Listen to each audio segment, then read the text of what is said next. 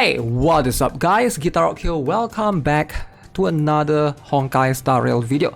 Now, I'm sure you guys have started to farm for Jingliu's relics by now, and you have been thinking about this, right? So a lot of you guys are probably farming Jingliu to get the Ice set, Hunter of Glacial Forest.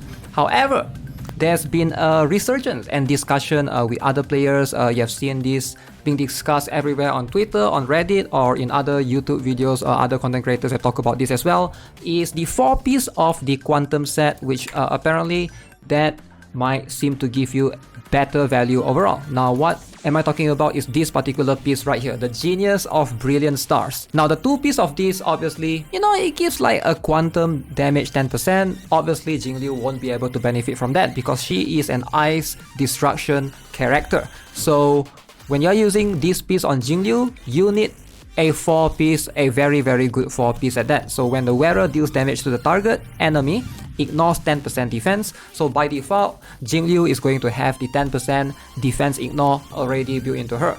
On top of that, if the target enemy has quantum weakness, the wearer additionally ignores 10% defense. Now this is going to be something that's easily achievable if you have this girl right here, Silver Wolf. She can easily apply quantum weakness to the enemy, right? Although you gotta like pair her in a way that is only going to be ice and quantum, or else it's going to be really difficult to configure that depending on the team. Definitely way easier now compared to before. The reason why this discussion is brought up recently is because we have Fushan recently, right?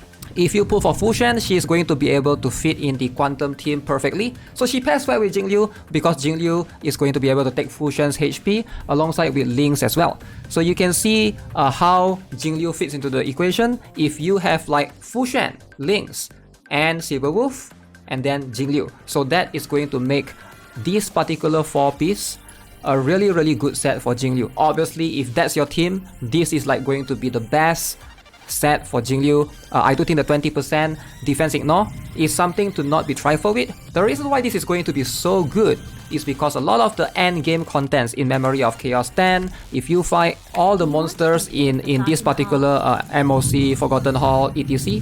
So if you go to the floor 10, floor 9, the higher end game contents, all of the enemies here have very high defense. And with high defense, that means the ignore defense scaling is going to work way better than you improving your own crit rate or your own crit damage, etc.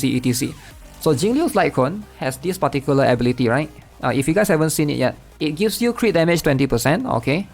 And then if an ally gets attacked or loses HP, you get 1 stack of Eclipse, up to 3 stacks, and each stack of Eclipse is going to increase the damage of your next attack by 14%. Alright? And if you get 3 stacks of this, you have attack that can ignore 12% of the enemy's defense. So there's 12% of defense ignore here if you have Jingliu's Lightcone. So I can see why the theory here is people saying if they stack another 20% on top of the 12%, that's a 32% defense ignore, which is a lot. Alongside with Bella's defense reduction, that's going to be like an insane amount. So yeah, this set does seem to be the best one overall, right? Defense ignore. So comparing this to something like Jingliu's own ice type, which is this particular one, after the wearer uses their ultimate, their crit damage increases by 25% for 2 turns. It might not be possible for Jingliu to benefit from this as much. So the reason why is because when the wearer uses the ultimate, in this case when Jingliu used the ultimate, your crit damage increased by 25% for 2 turns. Now Jingliu's ultimate is going to be one of her main source of damage. Alright, it's going to come from the ultimate. But you can see this 4-piece requires her to use the ultimate. So her ultimate will not be able to benefit from the 25% increase of crit damage, right? So it's only going to benefit her other stuff. In this case, it's going to be her skill and her enhanced attacks, right? Unless you are able to get back your ultimate in 2 turns. Now, it is possible if you have Bronya in your team, you will be able to move more often, therefore giving you more opportunity to be able to regenerate your energy, pushing you towards the ultimate within the 2 turns.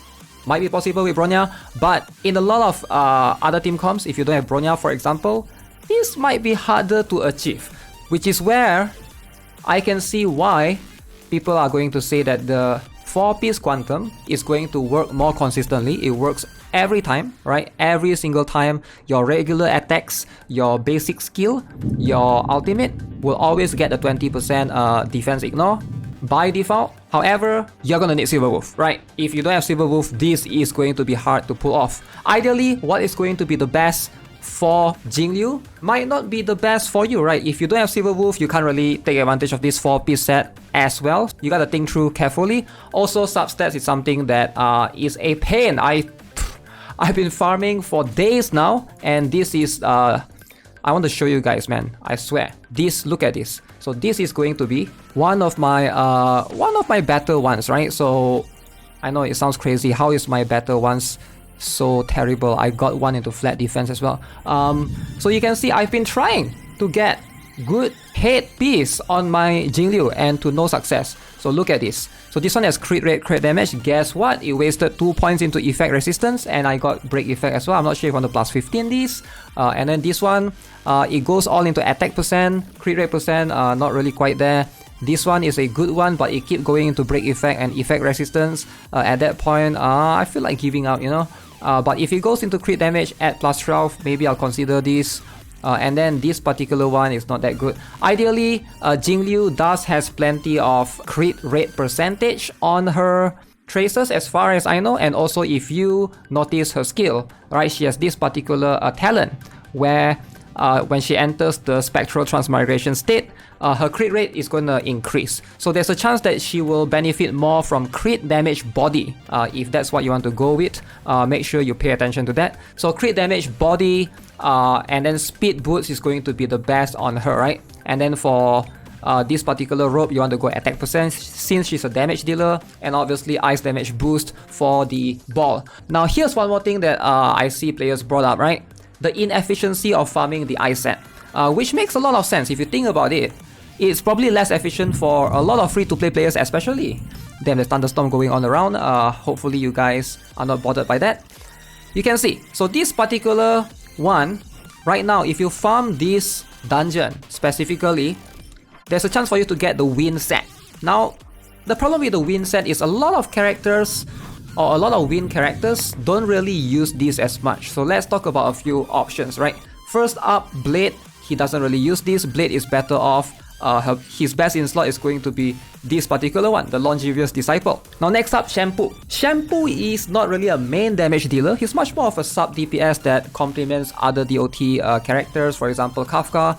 I don't think you can ever build Shampoo to be like a main DPS, so you don't really need to bother with his 4-piece, and he's a DOT character and DOT skills better off attack percent anyways. So going with 2-piece Wind and 2-piece Wild Wit is what I recommend going for. Plus Wild Wit you can obtain from weekly bosses as well, so it's going to be more efficient that way. Now the only character that truly benefits from this is perhaps number 1, Pela. However, for most Pela, you're better off just using this because it increases your speed, makes it easier for you to have a faster Pela. Number 2, maybe Danheng 4-star. I don't know how many of you guys build Danheng 4-star, but hey, this could be good on him, right? And then another option is Bronya. Now, not everybody has Bronya, that's the problem, right? And also with Bronya, she's much more of a support. You don't really need to get the best relics for her. You ideally want to focus on, you know, the best relics on your DPS. So I can see the inefficiency of farming this particular dungeon compared to straight up farming the Quantum dungeon, which makes a lot more sense, right? If you are a free-to-play, you probably don't really refresh with your Stellar Jades to get a bunch of Trailblaze power or stamina to farm these stages. This one seems more energy efficient. The Quantum set 4-piece, you can benefit, you know, if you have Sila, if you have Qing Chue, if you have any other Quantum characters, ideally, this is going to be kind of decent. And also the 2-piece, this one, God of Wuthering Stone, seems to be pretty good on a lot of characters as well. If you got Fusion recently, she's able to benefit from this, the 2-piece and then 2-piece HP, right, Longevous Disciple. And even Clara can benefit from 2-piece of this and 2-piece of the physical if you want to, right? So obviously you can go for the 4-piece, but again, these 2 dungeons, the Path of Jellied Wind, Path of Jabbing Punch, seems to be kind of inefficient to farm generally, so I can see the perspective of, you know, why players recommend the 4-piece Quantum for Jingliu. But that's something that, you know, we'll have to test out. At the end of the day, it depends on number 1, if you have Silver Wolf or not, to be able to apply Quantum Weakness consistently. Number 2, your substats, right? It's easy to say this is better, that's better, you know, but at the end of the day, what's really better is what substats you have. So yeah, sometimes you get good substats like this particular one. Look at this. Ooh, crit rate percent. Guess what?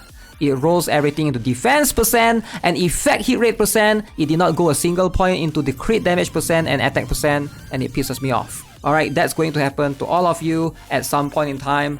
We've all been there.